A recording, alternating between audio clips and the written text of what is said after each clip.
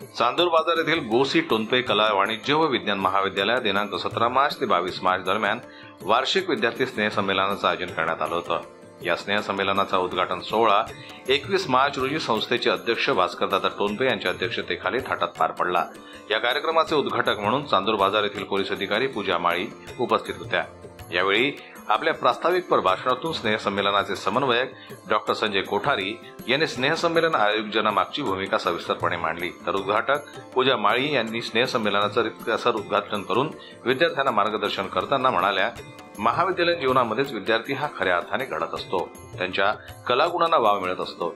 स्नेह संमेलन म्हणजे विद्यार्थ्यांसाठी हा आनंदाचा क्षण असतो, मात्र या आनंदात वाहत न जाता विद्यार्थ्यांनी आपले कर्तव्य सुद्धा विसरायला नको। आज मोठ्या प्रमाणात सोशल मीडियाचा वापर तरुणाईत केला जातो। या सोशल मीडियाच्या माध्यमातून फसवणुकीही तेवढ्याच मोठ्या प्रमाणात होत असते।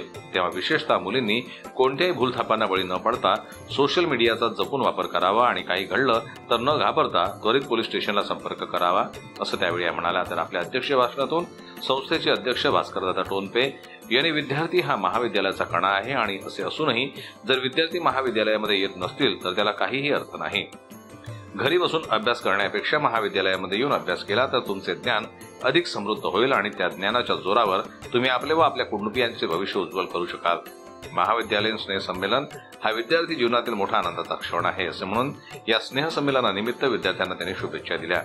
यावेळी मंचकावर महाविद्यालयाचे प्राचार्य डॉक्टर राजेंद्र रामटेके, बीएड महाविद्यालयाचे प्राचार्य डॉक्टर संजय शेजव, डीएड महाविद्यालयाचे प्राचार्य मनीष सावरकर, डॉक्टर रवींद्र डाकोरे, डॉक्टर नंदकिशोर गव्हाळे प्रामुख्याने उपस्थित होते।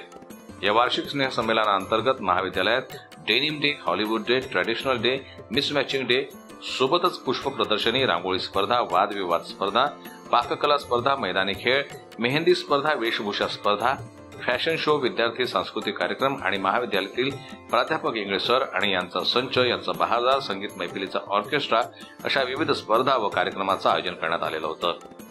या सर्व स्पर्धांमध्ये महाविद्यालयातील विद्यार्थ्यांनी आनंदाने सहभाग घेऊन आपल्या कलागुणांचं उत्कृष्टपणे सादरीकरण केलं।